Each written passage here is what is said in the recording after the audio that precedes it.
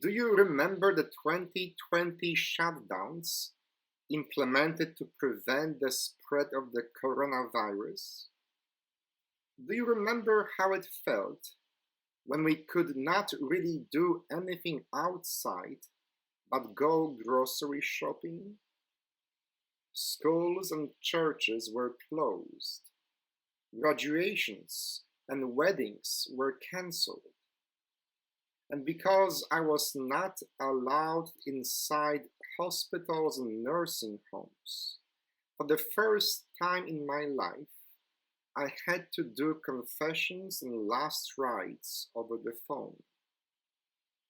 Things got even more difficult in St. Louis on June 2nd, 2020, when, in order to diffuse the violence that had followed protests after killing of George Floyd in Minneapolis, the mayor of St. Louis issued a city-wide curfew order from 9 p.m.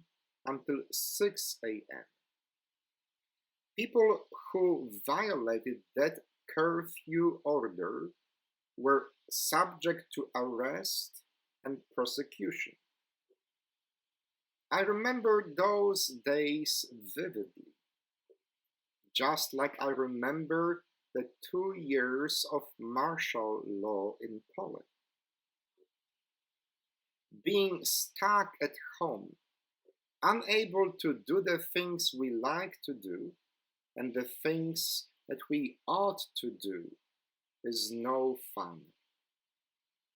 That is why I am always shocked when reading St. John's account of what was going on that very first Easter day. After Mary Magdalene told the disciples that morning, "I have seen the Lord," they all decided to remain hiding in the upper room, barricaded behind the closed doors. I am not sure why they made such a decision.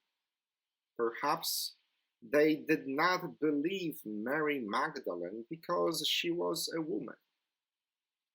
Was her story too challenging to their well-established patterns of behavior? Maybe they thought that this new situation required further study, and a subcommittee should be established to address the issue. We will probably never know why, but they locked themselves in as if a zombie apocalypse was in full swing outside their doors.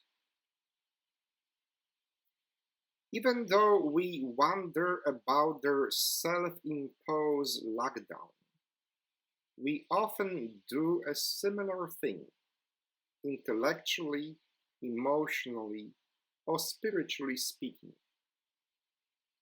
We lock ourselves behind our protective walls of clearly established truths and decline to venture outside to see if they still apply.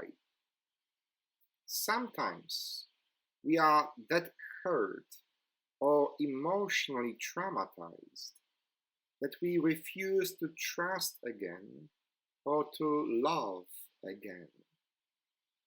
As churches, we often reject any possibility of evolving or changing because it's too risky to step outside our theological comfort zones. And thus, we choose to stay behind the metaphorical closed doors, living in fear of being hurt, being challenged, or being forced to grow. Luckily, a shutdown or a curfew was not and is not a part of divine plan.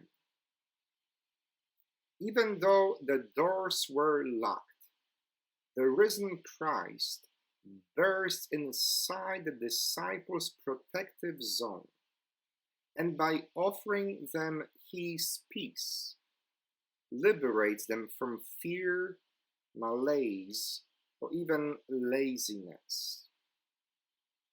From that moment on, they are not too proud to believe and to follow the witness of Mary Magdalene and other women. From that moment on, they are courageous enough to chart new paths and create better theology. From that moment on, they are willing to take risks and do what is right, even if there is a price to pay. I pray that we all experience Christ's presence and embrace His peace. I pray that we welcome Him to shatter our walls, our gold cages, and all kinds of glass ceilings. Amen. Thank you for watching. I do hope you enjoy my short sermons. Please click below on the like symbol and make sure that you subscribe to my YouTube channel.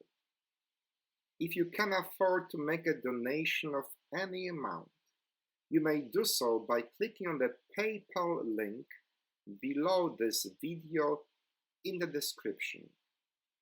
Thank you, and God bless.